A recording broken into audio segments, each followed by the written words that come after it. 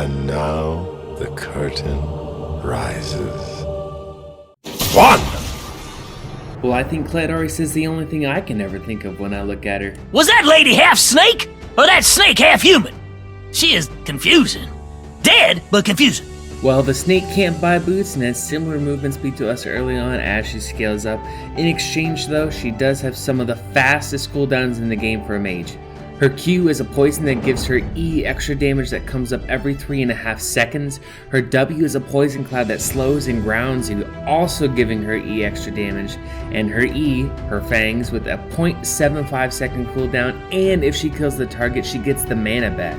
And lastly, Medusa gets her gaze, slowing you down if you aren't looking at her for 2 seconds, or if you are, completely stunning you for that. Attrition, ways to lock us into the lane, and sufficient damage for a squishy seems like it's going to be a problem for us. 2! I hate to say it, but the only chance to win this lane is learning to dodge and pressure whenever her W isn't up. Q is fairly quick with a 1/4 second cast time and 1/2 second delay. We'll have to really jack up her aim in order for her to miss consistently. And it also has more range than our Q and auto, so we have to walk into the danger zone to fight back. But there is light at the end of the tunnel. If we play for sustain, we can tempt her to use her Q and W on us. Each move individually is about the damage of an auto attack in full, with Q being the only one who does above 50 base damage. So we don't have to do more than an auto, hopefully a 4th shot to win the trade. In addition, each ability is about 1/6 of her mana on average, and she gets another one after each level. By using our sustain options and the fact that our autos match her damage, we can force her to spend the mana on us and take heavy trades, giving us an opportunity early to apply pressure and hold on to it throughout the lane. 3! So I see a bunch of tiny guides out there that force Dark Harvest consistently into matchups like this, but I like to play the game as if they're just as good as their champion as I am, so Fleet Footwork is the plan so we can play into the consistent damage and have all of our ways to fight back. I go Fleet, Presence of Mind, Bloodline, Coup de Grace, and Cut Down, and I pair that up with Mana Flow Band and Gathering Storm. Pick Mana Flow because we'll definitely be using our abilities heavy in this matchup, and Boots and a single crit give us about as much movement speed as she gets throughout the game, meaning we can still match her without too much issue. I know it's tempting to go Cleanse because of the ult, but because it has a wind up, we can at least turn from it consistently if we're paying attention. So I still stick with our standard Ghost and Flash to keep our tempo up throughout the game. For items, I usually start Boots and Pots for the early sustain, and so we can make sure we land our 4th shot without her just walking away. From there, if we're doing well or even, I'll go Executioner's Calling.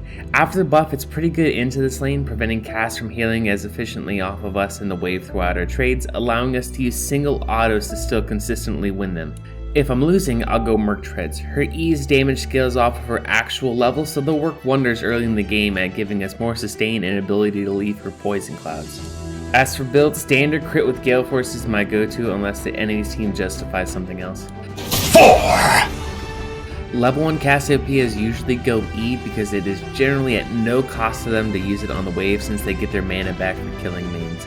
This means we can generally poke her down, always waiting to land Q 4th shot and walk away. After level 2, Cassiopeia starts to heal with her E on poison targets, but note, on anything that isn't a champion or a large monster, it is a very small heal of about 2.5 to 4% of her AP with each E, but on us it will give her about 10 to 15% of her AP.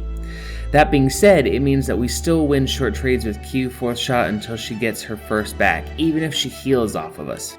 After that, we need to be much more passive. She'll certainly have her ultimate by then, and ours isn't as helpful as hers in combat, even if we don't get stunned. Just keep trading and put her into a gankable position, positioning yourself perpendicular to the gank to avoid both of you being stunned. That's our general game plan. Thanks for watching. If you like this and want to hear my other strats, be sure to subscribe, like, and comment any other ideas or what you want to see next. I'll be streaming Jhin Mid and other games and strats at twitch.tv/TackTheMac, and you can keep up with me there on these other doobly-doos on screen. Now get out there, get after it, and keep putting warheads on 4 heads. Tack out.